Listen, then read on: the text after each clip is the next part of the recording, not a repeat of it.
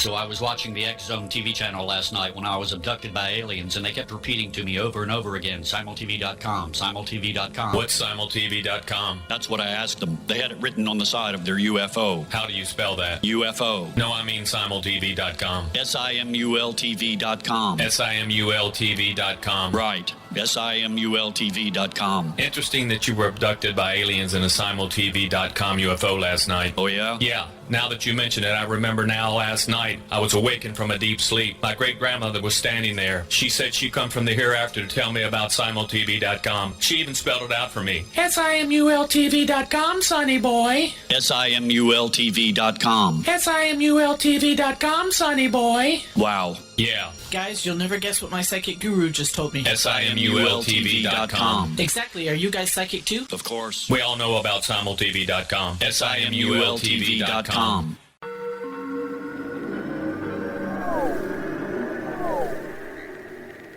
Roswell in the 21st century is a detailed re-examination of the Roswell UFO crash case. I have studied the evidence for more than 30 years, and I now put that evidence under a microscope in a cold case examination of the facts. These facts might not please everyone. They are based on my comprehensive investigation that took years to complete, but they do lead to the conclusion that whatever fell was not built on Earth.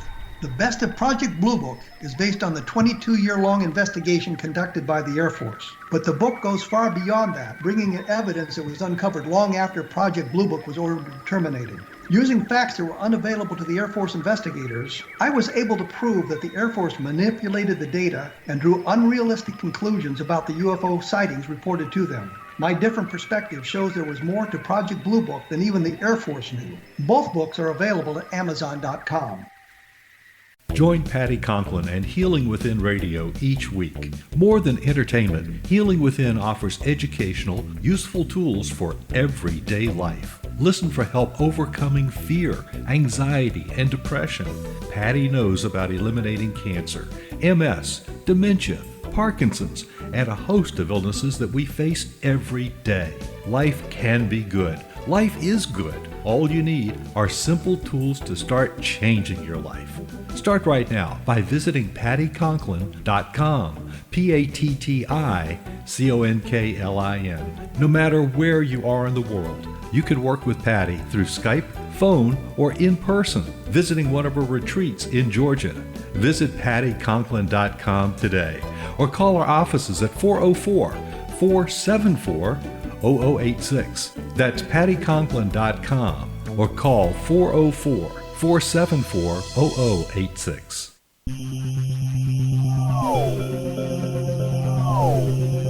This is A Different Perspective with Kevin Randle. Kevin is a retired United States Army Lieutenant Colonel who has studied UFOs for more than 50 years. His military training has provided him with unique insight into military operations and UFO research. Kevin has investigated many of the most mysterious cases and has been consulted for dozens of documentaries and been interviewed on hundreds of radio and television programs about UFOs. Considered to be one of the leading experts on the Roswell UFO crash, Kevin has written more than 25 books about UFOs, including Roswell in the 21st Century and Encounter in the Desert, a re-examination of the Socorro UFO landing. Now here's the host of A Different Perspective, Kevin Randle. And welcome to this edition of A Different Perspective. I'm Kevin Randle. I always say that so you'll know it's really me and not somebody sitting in for me. I had a big rant plan, but I don't think I'm going to do that now. Everything else has gone wrong. I'll just leave that to somebody else at some other time. I will be joined here with Bernie O'Connor. He tells me, having been a child of the late 50s and throughout the 60s, I literally grew up in the middle of the space age. I was surrounded by sci-fi themed comics, sci-fi themed black and white B movies, and sci-fi television shows. I'd like to point out that those of us who write science fiction do in fact call it science fiction, and sci-fi is what the fans attempt to call it, I guess. And let's not forget the many pulp, sensationalist, and flying saucer expose magazines that adorned the newsstands at the time. And we'll be talking to him about some of that. So believing in the unbelievable came believably easy for me. Flying saucers landing out in the distant country fields, disgorging humanoids who run all over the place collecting rocks. No problem. Now throw ghost haunted houses and the Abominable Snowman. And we didn't even have Bigfoots back then. Nessie, silver screen werewolves, the monster under the bed, and the one lurking in the closet into the mix, and the Fortean garden of my mind is thoroughly fertilized. Thus began my lifelong fascination with the unexplained, which is still going strong today. This fascination led me to becoming the editor of Official UFO magazine back in the 70s. Through it, I had the privilege of meeting and working with many of the eminent writers and groundbreaking ufologists of that era. Now that I'm retired, I can devote myself full-time to all these crazy mysteries. My latest project is a documentary review site concentrating on videos. If he had streaming, Charles Fort would have spent his time watching them instead of sitting in dusty old library all day. In honor of him and his first book, The Damned, I named the site www.videosofthedamned.com, and I will have a link to it on my blog quickly so that you can just link to it. Bernie O'Connor, welcome to A Different Perspective. Well, thank you, Kevin. It's been a long time, and I appreciate you remembering me, and I look forward to talking to you about it. And congratulations on your many achievements and your many books over the years. And I have my bookshelf groans under the number of books I have of yours. So, thank you very much. I appreciate the royalty, the 8 cents that comes in for the sale of each copy. Yes. You're one of those rich UFO writers, right? Yeah, there's a whole raft of us. Yes. Back in the 70s, I think there were a half a dozen magazines that devoted to UFOs. Official UFO, which you were the editor of. Yes. Saga's UFO Report, Argosy UFO, Truth's Flying Saucers and UFOs, and a couple of others, I think. And those Real UFOs, I think it was, and then there was a lot of one-shots, too. What you probably don't know, and I think it was Saga, had sent a number of us letters or notes or something saying that if we wrote for the other magazines, we would not be published in the pages of theirs, which I thought was a pretty crappy thing to do. And I figured if they alienate all the writers, who's going to produce the material for them? So I just ignored the edict, and I think almost everybody else did too. Right. No, yeah, I was familiar with that letter. In fact, I think you even showed me your copy of it or sent it to me. But yeah, I was familiar with that. That was from a gentleman out in Brooklyn there in Johnson Street. Yes. Yes. How did you end up as the editor of Official UFO? Well, it was sort of a weird bunch of coincidences. The main source of UFO books in the city at that time was the Flying Saucer News bookstore over on, I'm going to, if I remember correctly, I think on the West 50s, right off at 9th Avenue. And Jim Rigberg, he had all the Flying Saucer News bookstores. He had everything. So I was one of his main clients. I would go and spend my money I made as a messenger and whatnot and buy UFO books. Although I was working at the time, so I was earning the salary, so I spent my paycheck there. And a gentleman, Roy Mosney from Countrywide Publications, that was Myron Fass, who used to do comic books. He's a comic book artist way back when. It was his publishing company.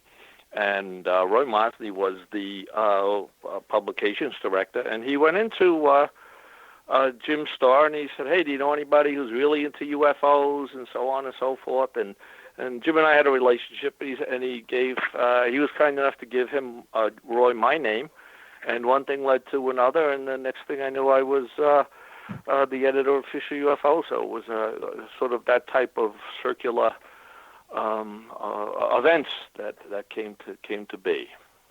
Did you have any background or training in editorial work? I mean, did you take journalism or writing courses, or was it just kind of a well, actually, I worked at an ad agency, so I was actually the art director at the time, but I did a lot of copywriting for various ads, brochures, you name it, anything. And at that time, everything was printed, so we wrote and we printed everything, and so I did a lot of writing there. So that was really my background. It wasn't too much. But Roy, actually at Countrywide Publications, we had the editorial director, and then luckily I had a staff of people, proofreaders, editorial writers, and so on and so forth. So luckily, what I wrote was somewhat in a finished form, but these folks really made you look good. I mean, they corrected the grammar, they had questions, they came back and forth with you, they asked you about facts. So that support team really helped a lot in terms of producing the magazine, and it was a beehive, really. It was a pulp. I'm going to say it was a pulp magazine publication house. So pulp magazines at the time, it was down and dirty, cheap and cheerful. A lot of sensationalism, a lot of sensational books he printed as well. But you kept the sensationalism out of Official UFO. Well, the first one was completely manufactured in house. I mean, they had dogs with bleeding ears and crazy things and everything like that. And so the first issue was totally fabricated, and that's what Myron was, because he was a sensationalist guy. He came, like I said, from the old school of comics before the comics code, so anything went. And the more sensational the headlines, of course, as today, the better the sales, the more sensational the topic, and so on and so forth. So him and I had some moments, and at the time I said I wouldn't do it if he didn't, let me do it my way. And he said, well, let me see how it goes, which was good on his part. And he was a character in himself, boy, crazy guy, crazy stories. He used to bring a gun to the office. he was he was a character to work for. And then he let me go, and Roy Mosley, the editorial director, he stood up for me a lot. He went to bat for me a lot. And so for those issues that I was there, and I think a few issues afterwards, we were able to continue working with a stable of writers like yourself, Kevin, and the other writers. And I got a lot of help from Jim and Cora Lorenzen of APRO.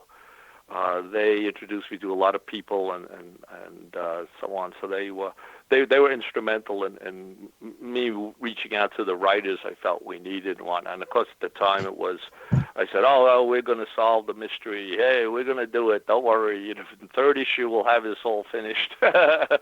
So, well, the interesting thing, and I want to point this out, is that periodically on the checks, when we get a check, there'd be an extra buck in it. And you put the extra buck is for beer. So I always thought that was right. Well, when you and I think it was, Fort Smith, Arkansas, we hooked up at that conference, and they said I'd buy you a beer, and I think I did. So if I remember correctly, but it was. And, well, you kind of wanted to do legitimate UFO stories, and the thought that comes to mind was there's a story that you did in the magazine that particularly appealed to you or that you thought was really great. And I caution you, I've got about a minute before I have to take a break. Well, what was that? A favorite story that I did? A story that you thought was really great. Okay. Actually, I think what it was Coleman von Kavitsky's The Flap of 1973, where he took all the. That was a tremendous year. I mean, that was every big sighting happened that year. He took that and he took a map of the USA and he pinpointed all of them, and he had descriptions of that flap. That's one article that springs to mind. Let me see. There was in fact, just today I was working on something for my video site. The article about the movie UFO on the true story of unidentified flying objects. Let's come back. Let's come back to that because I got to take a break here. Your website is www.videosofthedam.com, and it's all one word, Videos of the Dam. Mine, of course, is www.kevinrandle.com. And we will be back right after this with Bernie, and we'll have some questions about the wave of UFOs in 1973 and talk about some of the other exciting stories that he published in his book and a little bit more about his website. So please stick around.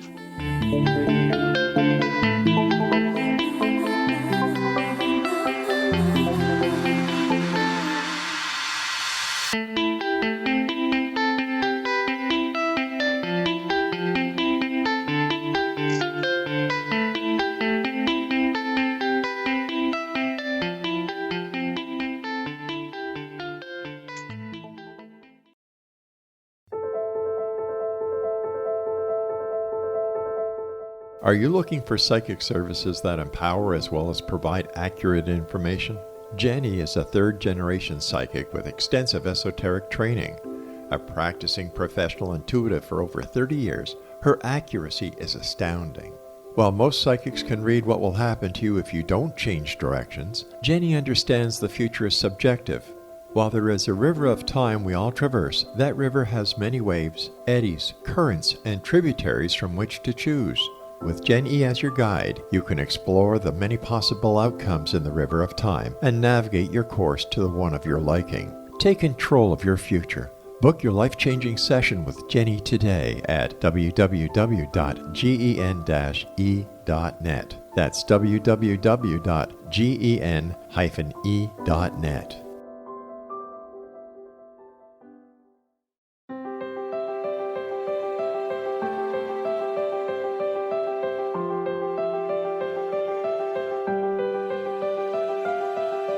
Mission Evolution is dedicated to the well-being of the planet and animals, as well as the evolution of humankind. One major factor threatening all three is increasing toxicity. Heavy metals and other environmental toxins are poisoning our bodies, deteriorating our brains, blocking our spiritual connection, and shortening our lives. Yet these poisons are extremely difficult to remove. I'm Gwilda Wiyaka, and I recently became aware of a product created from the marriage of nature and nanotechnology called Vitality. It's formulated from zoolite, whose crystalline structure binds toxins, gently carrying them out of the body. The light is only as clear as the window through which it shines. Clear your body, shine your light into the world. Visit vitalityhappens.com for a 20% discount. Enter code PATHHOME.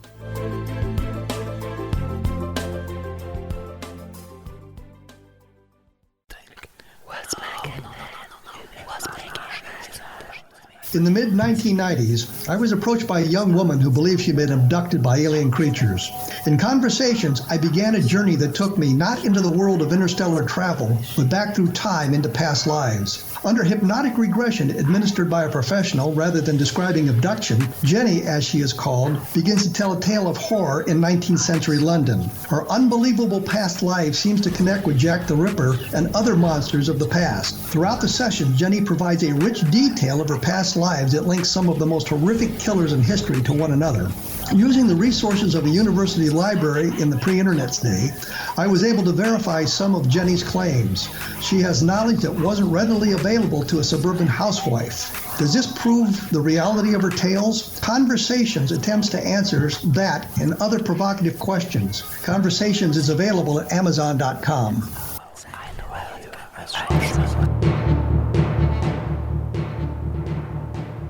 I am here with Bernard O'Connor, formerly of the magazine Official UFO, which we talked a little bit about, and the website is www.videosofthedam.com. Mine, of course, is www.kevinrandle.blogspot.com. And I want to just take a moment to thank those of you who have purchased the Best of Project Blue book, which is the book that I just came out with.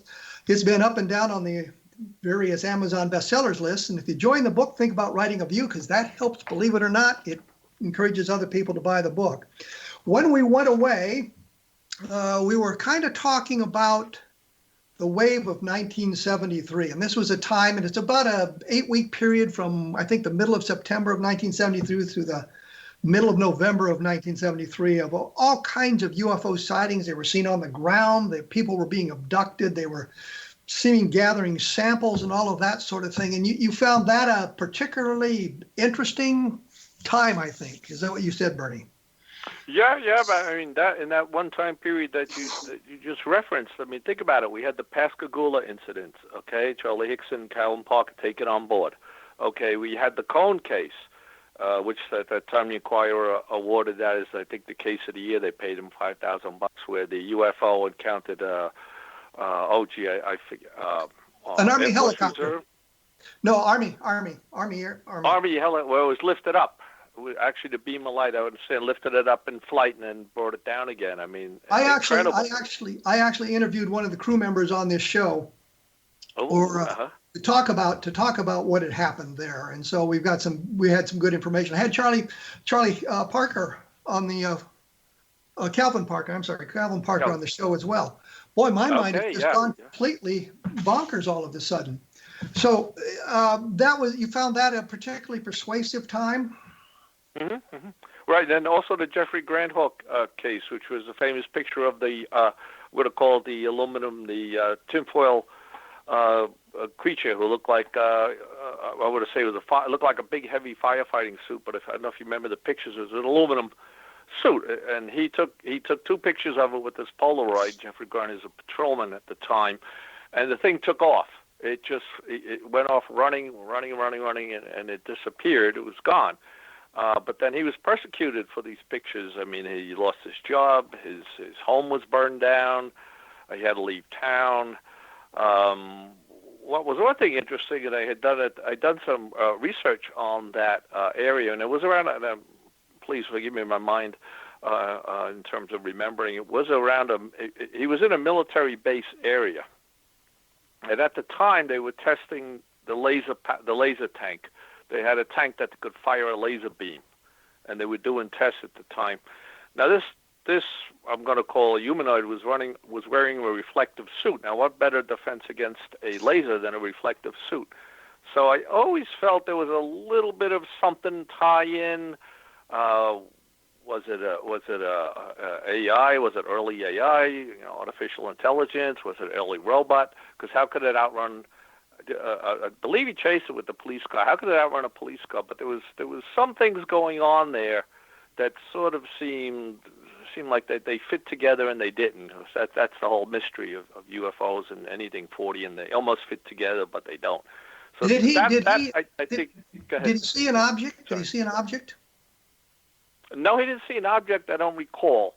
He only encountered the reflective suit humanoid on his patrol, and he got out and took 2 Polaroids of it. But then, unfortunately, he suffered persecution and so on for this. So, Did you come to a conclusion about what had happened, what he'd seen? No. Other than the fact I had suspicion when I found out about the laser tank being tested at the time. Other than that, no, I don't think there was any resolution to the case. And then he just disappeared. Jeff, as far as I know, I didn't follow up, but as far as I know, he disappeared, and that was the end of it.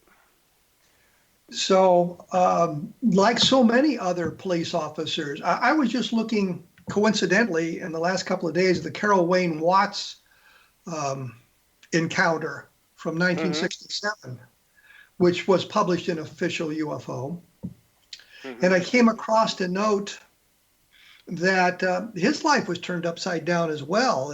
I guess his wife eventually left him. His sons have disowned him. He ended up in jail, had a massive fine against him. And I look at that case and I think, well, it just doesn't make a lot. What he described inside the UFO didn't make a lot of sense because you're talking about paper maps, for crying out loud. And I'm thinking if you travel interplanetary distances, and because he thought they were from Mars, you'd have a better mapping system than a big sheet of paper. Yeah. Well, Betty Hill, she saw, I believe, a screen with a map on it. But yeah. But that's different. She saw a 3-dimensional representation, and he's talking about a paper map. But the point is, there was quite a controversy about that. Do you remember that case at all? Yeah, I know the name, and offhand, I can't recall the specifics of it, but it's ringing a bell in terms of that. But I recognize the name. That's all I can say. He was, interesting. He lived in the town of Loco, Texas. Okay. Which I always thought was kind of funny. I actually interviewed him back in 1968 about this, and there were a series of sightings that he had. He'd been invited on board the craft, and it became sort of like an abduction. They said, "Well, you've got to come on board and take a physical so we can take you on a flight." And he said no, and they kind of stalked him until he went on board the craft. They did the physical, took a flight, did that sort of thing. He came back, and it got out into the media. And he was going to take a lie detector test set up by, I think, the Associated Press. And as he was going to the interview, he was waylaid by a couple of guys, ambushed, and told if he passed the test, he'd never make it home. So he says he purposely flunked the test. What's interesting about the case is really not the UFO sighting. Afterwards, he took, in the months that followed, he took several pictures of UFOs over the area, both with black and white film and color film, sent them to the Condon Committee, and the pictures disappeared. Which is interesting. Yeah, Hector Quintanilla, who was the chief of Project Blue Book at the time, got a call from the reporters, and Quintanilla says, I don't believe the story, or, the better story you might be looking at is how he perpetrated the hoax. So they, of course, suddenly don't believe him anymore, because here's the official guy saying it's a hoax. But that really is kind of the interesting part of this, is the way the government, the Air Force treated the case, whether or not he really was taken on board the craft. But the things that happened around it were kind of interesting. Sure. Yeah. Well, that's what you're saying. I mean, that's quite common. I know several witnesses. I mean, after almost the event or the supposed event that happens, sort of gets buried when they go down this rabbit hole, they say, as to what happens to you later on, in terms of strange people talking to you, the government doing odd things, the research going haywire, the classic phones not working, which I wonder now if I remember that was a classic. Even John Keel and other investigators on the phone had problems. I wonder if that goes on with cell phones. I don't know if I haven't heard anything like that, but that was just a question I had. But yeah, it's sort of scary when you think about it. What could happen to you if you just see something, and gee, what was that? This really happened to me, or I made this claim, and all of a sudden, like you said, your life is turned upside down, and it's never the same. I mean, it just changes that. But for some reason, when you mentioned Carol William Watts, for some reason, a picture is popping in my head of him eating a pie. Was that the picture that was everywhere of him sitting eating a pie somewhere? No, there's a picture of him with two investigators, and one of them's holding up one of those old square microphones from a big old reel-to-reel tape recorder while he's chatting. Okay. For some reason, I don't know why that popped into my head, but who knows? Well, you mentioned people having trouble. Is other than the things we've talked about, any other examples of that where people were kind of harassed, I guess, for seeing UFOs? Well, if you want to, if you want to go across into the Men in Black, if you want to go across into the Mystery Air Force people, knocks on doors, don't talk about that anymore. I mean, once you get into that whole area, whole different area of Men in Black, I mean, that obviously is the classic threatening. Don't talk about it. Don't get involved. Don't tell anybody what you saw. Area of study of this diverse phenomenon, many areas you can look into. And then, of course, you go back, if we go into the Roswell reports, and you get the many reports, and some, they're hard to verify because it's so long, that the Air Force personnel actually tells people that, if you say anything, you'll disappear in the desert, nobody will ever find you. So there's a mythology that sort of takes a life of its own, and I'm only using the word of mythology, almost like if you talk to someone who I'm going to say is not a UFO, has not studied UFOs, not a UFOologist. I mean, if you talk to anybody, it's in the culture now. Oh yeah, Roswell, yeah, UFOs crashed. Oh yeah, and the government's covering it up. Oh yeah, that's right. You get threatened. Well, let me break in here. We'll come back to the idea of threats here in just a moment. I got to take a break. Go ahead. Mm-hmm. I'm here with Bernie O'Connor. His website is www.videosofthedam.com, and we're going to get into, I think, a little bit more of the paranormal aspects or the Fortean aspects of it when we come back. My website is www.kevinrandle.blogspot.com, and since he brought it up, I will mention Roswell in the 21st Century. Gives you an outline of what the case is in basically the 21st century. We will be back right after this, so please stick around.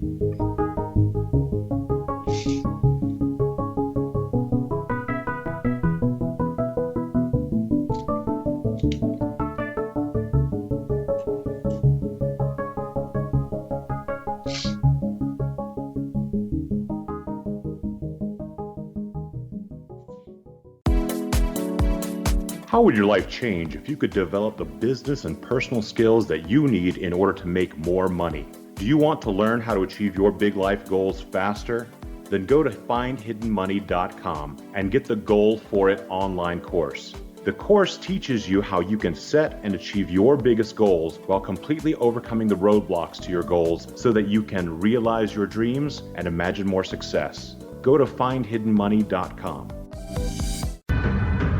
If you are looking for a safe, zero-calorie natural option to the harmful artificial sweeteners on the market today, Just Like Sugar is what you're looking for. Just Like Sugar is a wonderful natural alternative for those health-conscious people who choose a calorie-restricted diet with a great, pure, sweet flavor that tastes just like sugar. Just Like Sugar is a great natural option for people suffering from diabetes and may be useful in restricted diet programs where standard sugars are not allowed and does not cause a laxative effect of some other sweeteners. Just Like Sugar comprises a perfect blend of chicory root fiber, natural calcium, natural vitamin C, and Just Like Sugar's sweetness comes from the natural flavors from the peel of the orange. Just Like Sugar is a natural alternative to harmful artificial sweeteners and will change the way that you believe all natural sweetener products taste. Just Like Sugar is available at your local Whole Foods markets, Wild Oats markets, Henry's, Sun Harvest, and many other fine natural food stores in the U.S., Canada, and worldwide. Audience, if you have seen a UFO, had a close encounter, seen a ghost, Bigfoot, lake monster, or a story that you would like to share or have investigated, contact me, Rob McConnell, by sending me your email to xzone@xzoneradiotv.com, or you can call toll-free 1-800-610-7035, extension 143, and on Skype, X-Zone Radio TV. For more information on the X-Zone Radio TV show with yours truly, Rob McConnell, visit www.xzoneradiotv.com or www.xzonetvchannel.com or simultv.com and xzbn.net. Until next we meet here in the X-Zone from our broadcast center and studios in Hamilton, Ontario, Canada, always remember, X-Zone Nation, keep your eyes to the sky and your heart in the light.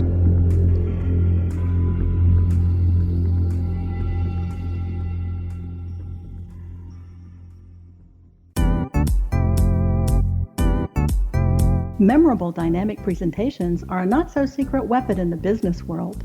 Do you have a powerful message that must be shared, but you haven't found a way to deliver that message?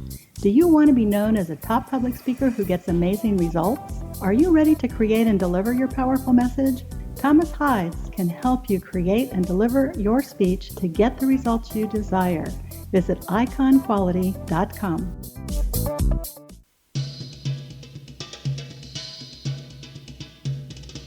I am here with Bernard O'Connor, former editor of Official UFO, and I'm going to ask him at some point about when the magazine went off the rails. But I also wanted to mention that there are some other fine programs about the paranormal on the X-Zone Broadcast Network. So take a look at the listings at the X-Zone website, which you can find at xzbn.net. And I'm sure you're going to find something that's going to spark your interest. When we went away, we were talking about the threats made to people who have seen UFOs. And Bernie, you mentioned Roswell specifically. Mm-hmm. And I'm going to say one thing here that I think some of that may have been overblown. And the reason I say that is the military people who would have been involved in this sort of thing probably were cautioned that the material that they've had access to or what they've seen is now classified.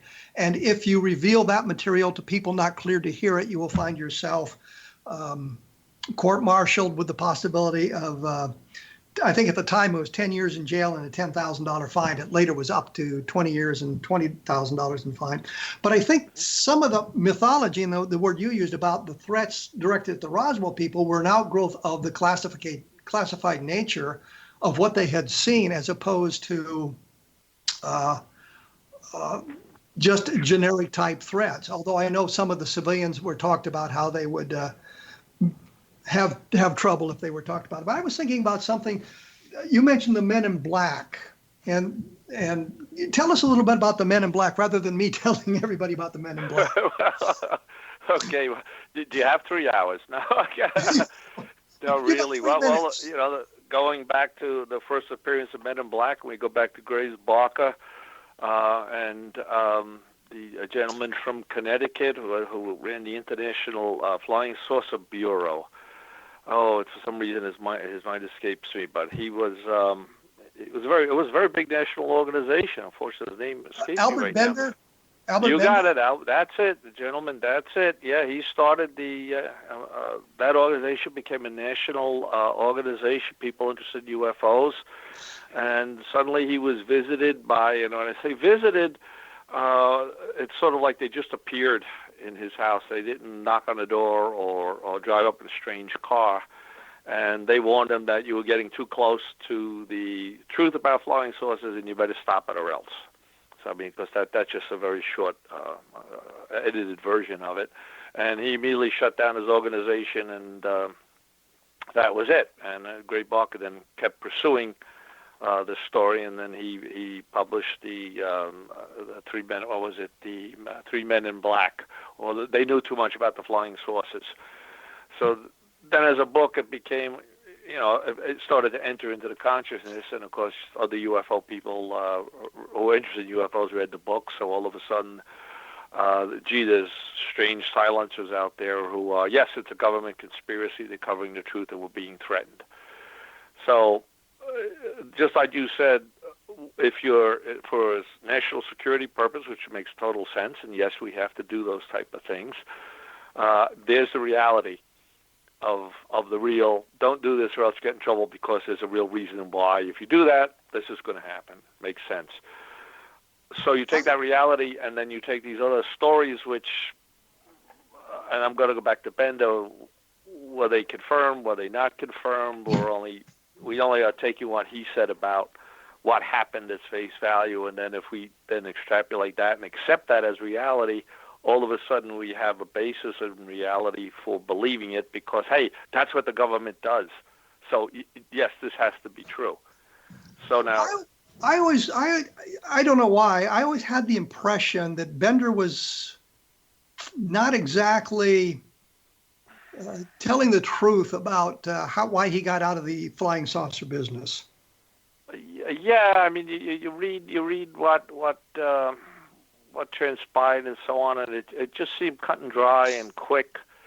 And if that was true, why was there no other follow-up? And what really, not that I've ever seen those early newsletters that he produced himself on his typewriter, what could there have been in there that he was so close to the truth or his organization so close to the truth that other people, other members did not know it? And why weren't other people threatened? I mean, now going back to Gray Barker, he was a big trickster. I mean, he created admitted hoaxes. He had fun doing it. He said this is great. And also, too, he's a publisher, and, he wanted to sell books, which, as anybody do when we write a book, so there's nothing wrong in that.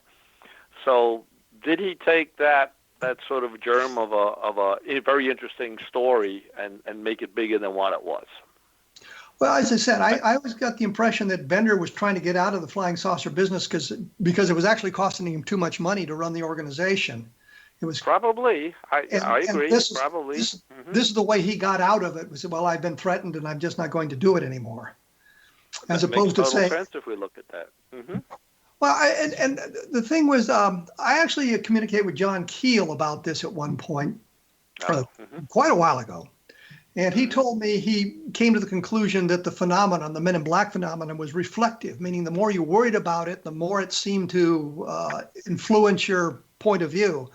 I think suggesting some kind of a psychological manifestation as opposed to something that was based in reality. And I've always worried about this because I have basically a national platform in the form of writing books and all of that, and I've never had a problem like that. I mean, I've had a military career, and in both the Air Force and the Army, they knew about my interest in UFOs, but there was never any problem with that. And as you well know, I criticize the Air Force frequently in the pages of the Fifth UFO. Uh-huh. Mm-hmm. And you've never been threatened. Yeah, they never come back and said, guess what? If you keep this up, you'll never get benefits. You'll never get paid. You'll never get a pension. I mean, you're out there. I mean, if anybody's going to go after you, you're out there. And I just never had any problems like that. So when we get someone, and I'm not referring to Bender specifically, and I'm thinking more of a couple people that have talked to me from little local UFO organizations with like 15 members and said, well, we've been visited by these people to shut us down. And I'm thinking, why? You have no influence. Nobody knows about you. Why would they do this when I've got a national platform? And they could have easily shut me down. In fact, when I was being investigated for my top secret clearance, the guy who did the investigation happened to live across the street from my father. And they told, there were like 4 articles I'd written critical of the Air Force in the file to be granted the top secret clearance, and I got the clearance. So it just never affected me in that way. Yeah. So when you look at reality, then, well, why wouldn't they go after you? And even myself, when I was editor of Official UFO, I never had problems. I never had. Nobody ever came and threatened me. So it doesn't. To me, it doesn't make sense. But then you talk about when somebody gets obsessed with everything, and obsession by itself on any subject will influence all your condition. I mean, like conspiracy people. I have a few friends of mine. Everything's conspiracy. I mean, they turn a package brand turns different color in their packaging. It's conspiracy, and that sort of obsession gets in the way of your clarity.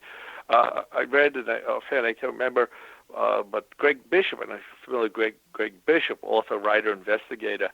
He had gone back. He had written about his obsession, and he was obsessed. He was afraid they were coming after him. He was caught up in, oh my God, there's the next knock at the door. What's going on? It was taking over his life, and then one day he woke up and said, "You know what? I don't care," and it just lifted. It was like that obsession went away. So, I guess obsession is a very, and I'm not a therapist and so on, but any kind of obsession, any kind of subject, any kind of career, any kind of work can only get in the way of clarity, and that's the way I see a lot of that with Men in Black, Roswell threats, other threats. But then you get those cases that, like, oh my God, that really makes sense. And then here we are again, like I said, down a rabbit hole. Well, let me ask you a question that's bothered me. I know I followed the history of Official UFO, so I know it went off the rails, and you left as editor. What happened to Official UFO quickly? What happened to it after you left? I mean, why did you leave on purpose, or were you fired, or what happened there? No, what happened was I was at that time. I said I mentioned before. I worked at agencies. I worked for promotion agencies and so on and so forth. And at the time, I was sort of freelancing full time and doing Official UFO. So my time was really good. But then I got offered a really good job. Okay, and it was good money, and it was a good agency and a good account. And I couldn't devote the time to it anymore. So basically, I had to make my decision. It's fad publishing, it's pulp publishing. The numbers go down on one issue. Guess what? We're not going to print another issue. So I felt I couldn't really looking at it realistically. So I went back, took the job, and that's when I left. Countrywide. They were very nice. They threw a nice party. They gave me a plaque, very, very nice. And then a few people after that took over as editor. Russ Ruger, he was a PhD, a very, very, very smart guy. Myron got more and more and more involved. And eventually it wound up Myron's sons were editing, one of his sons. I don't know if both. Well, they were the editors. I have to interrupt you because it's that time again. And I hesitate to bring it up. It is that time. And we're going to talk about your website when we come back, which is www.videosofthedamned.com, which is a take from Charles Fort's book, The Damned. My blog is www.kevinrandle.blogspot.com. We will be back right after this with Bernard O'Connor talking about his website. So stick around.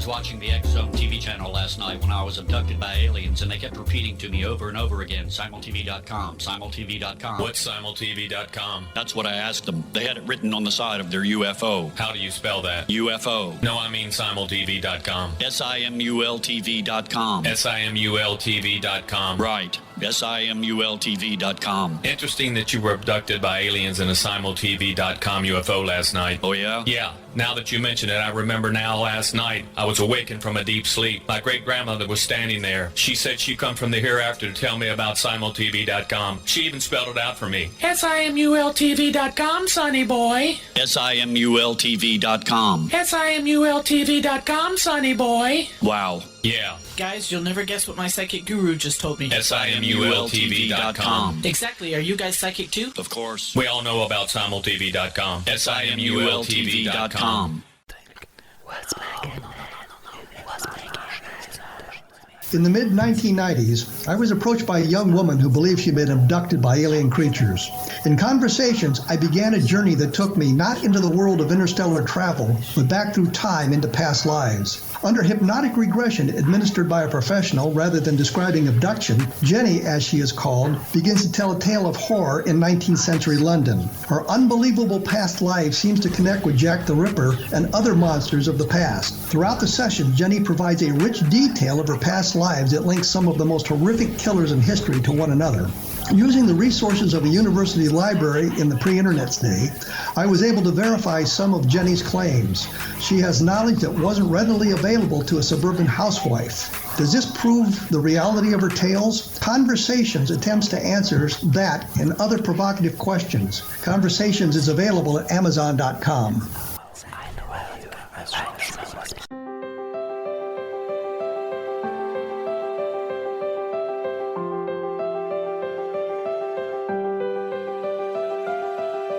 Mission Evolution is dedicated to the well-being of the planet and animals, as well as the evolution of humankind. One major factor threatening all three is increasing toxicity. Heavy metals and other environmental toxins are poisoning our bodies, deteriorating our brains, blocking our spiritual connection, and shortening our lives. Yet these poisons are extremely difficult to remove. I'm Gwilda Wiyaka, and I recently became aware of a product created from the marriage of nature and nanotechnology called Vitality. It's formulated from zoolite, whose crystalline structure binds toxins, gently carrying them out of the body. The light is only as clear as the window through which it shines. Clear your body, shine your light into the world. Visit vitalityhappens.com for a 20% discount. Enter code PATHHOME.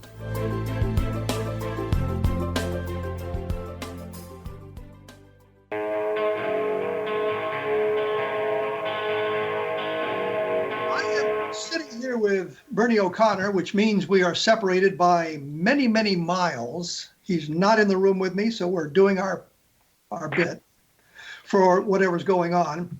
When we went away, when we went away, we were talking about the demise of official UFO, and we didn't really quite get to it, but after you left and we had a number of editors, eventually it got into they were just making stuff up. Yeah, it was Myron's son. And his son, a friend of his, or either his two sons, I forget, but it was like they sat around and made up things. I mean, I think the story about the alien body or lab under the Empire State Building and all these crazy things. And the one I remember, the one I remember is I think it was the town of Chester, Illinois, was destroyed by the aliens, but they rebuilt it overnight, so it was just back the way it was when the sun went down. You don't believe that? No, I'm kidding. That was what. Yeah, I remember that one too. It was, it was a lot of craziness. I think I have buried somewhere. I have a few of those issues somewhere. So do I. Mm-hmm, I hate to admit it. I should probably set them on fire. Yeah.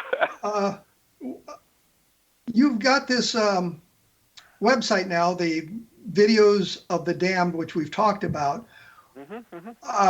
It's more than just UFOs. Yeah. Well, I'm a what you call it? I'm a documentary junkie, and I can sit and just watch one after the other, after the other, after the other. And now all these documentaries, especially documentaries that deal with not Freudian, but a Fortean subject. I mean, they're just YouTube, especially Prime. A tremendous amount of them are on Prime, and why not look at them? And I'm reviewing them just as best as what I see them as.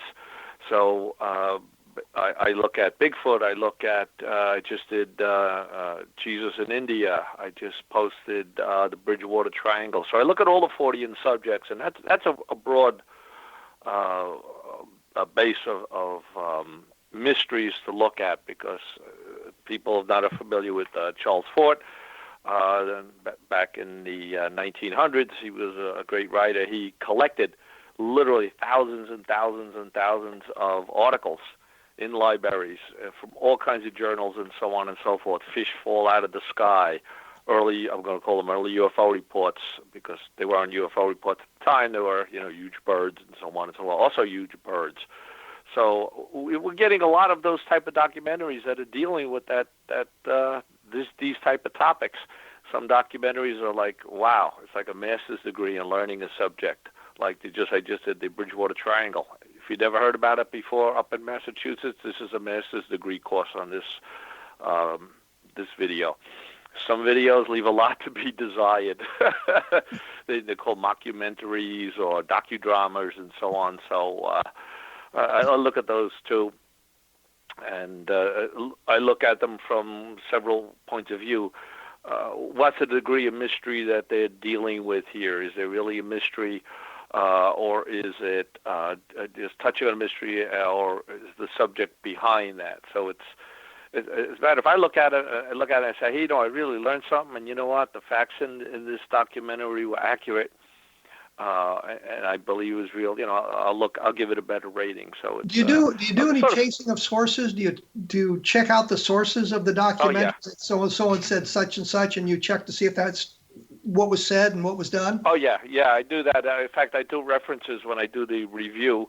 In fact, this afternoon I was working on the I mentioned it before, the UFO, I believe it was 1956 UFO movie, and I was just going through that, looking at the articles they reference and so on and so forth. So yeah, I try to do as much as I can. I try to present the background of the people who are in there, so if the reader of the website wants to go deeper, they can do that. And so I cross-reference, I cross-check. I try to find things that might add to the subject or refute the subject. So I look at it as... I found that some of the writers, and I looked specifically at the books as opposed to the documentary, but some of the writers they go to they read a bunch of books about UFOs, and then they write their own book about it, and they don't worry about chasing the sources to see if the source is accurate. And the one that sticks to me, which fits into yours, is the metal bowl that was blown out of solid steel in Massachusetts in the 1850s. And they were saying how old it had to be and all of this stuff. And it was all written up in the Scientific American. And back in the olden days, when you had to go to the libraries to do this, the University of Iowa had a complete set of the Scientific American. So I went and looked up the article. Took me a long time to find it, but I did. And it turns out probably not quite as mysterious as they had it. The blacksmiths who made it was supposedly Tubal Cain, and you follow Tubal Cain back and you realize that's a Masonic symbol and means something else again. And it may not have been blown out of solid rock. It may have been caught in the debris at the top of the rock and all of this stuff, but I got to the original source on it. But other writers had just followed what was in the various books, and they didn't bother to go to the original source. And that's always kind of bothered me about the whole UFO field, is a lot of times they don't go back to the original source. Definitely. Yeah, well, those compilation books, like you mentioned, and I always say I say it out loud when I see like a book, and I'm going to say Roswell again, because you'll see a book, and I'll say, oh, gee, somebody read a few articles on Roswell and decided to write a book, because it's just so topical, and they pick up and they repeat over and over again, and you do see that in a lot of books. I mean, even going back to Frank Strange's books. Frank Edwards' books. I'm sorry. I was going to correct you on that. What's that? I was going to correct you and say you mean Frank Edwards. Yeah, no, Frank Edwards' books when he did all those. He wrote Flying Saucer Serious Business. That was a big book. But he started, that was a follow-up of Charles Fort, that whole vein of books, Frank Edwards' books, several other authors, they escape me right now, who wrote about unusual things. Oh, the frog that came out of the rock, or the guy who who set off dynamite and put a spike through his head, and his personality changed. A lot of that, and it goes back to almost UFOs, it goes back to almost any book you read. You'll see the same mistakes over and over and over again, or they get embellished each time they do it because the next writer picks up something and says, you know what, I'm not going to say it exactly that. I'm going to change it because it has to be different. Or comes to a conclusion based on what he's read there that's not exactly accurate, but the information suggests something to him, and he just includes that as if it's a new fact. Yeah. Yeah, I can see that. And it's an easy trap to fall into, or it's an easy way out to hey, I'm writing a book. In my defense, and that of Don Schmidt and Tom Carey and some others who've written about the Roswell case, at least we were down there interviewing the witnesses and talking to the people rather than reading what somebody wrote and going from that point. I've got literally dozens and dozens of tapes of the witnesses, both audio and videotape of their statements back in the 1990s about what had happened in Roswell. So we were doing original research at that point, as opposed to reading other books. Yeah, that's key. I mean, that's firsthand. Recorded questions. I mean, firsthand testimony on anything is really where you're going to be able to judge the reality or the non-reality of whatever's happened. And police have faced that. Face that every day. What's the testimony? What's the story? We have too many of that really happened to a friend of mine's uncle whose second cousin saw something. And then that happened. It's too much of that. We call it a friend of a friend. Yeah, exactly. A friend of a friend of a friend. A friend.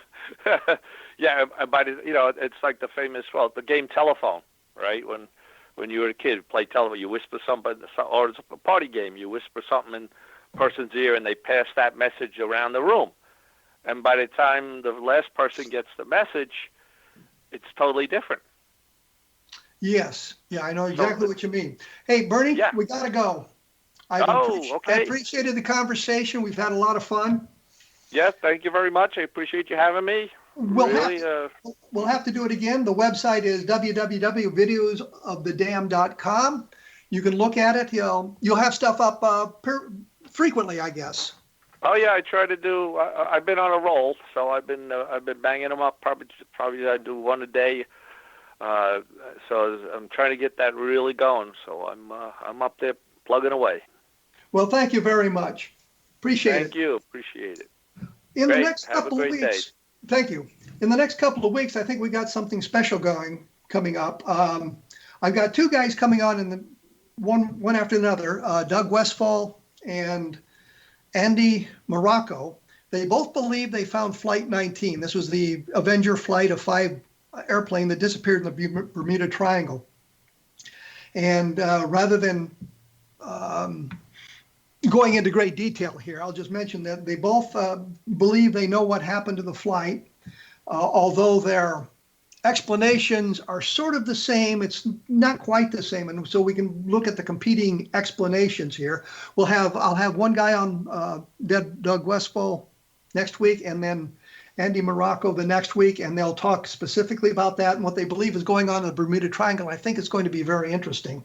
And coming up in May, I'm going to have on Tom Carey. We're going to be talking about, the Roswell nurse, because he sent me a email, and I've done something on my blog about it, where he disagrees with what Don Schmidt had said about the missing nurse. So we'll talk about that, and we'll talk about some other things related to Roswell and UFOs with Tom Carey in the weeks coming up.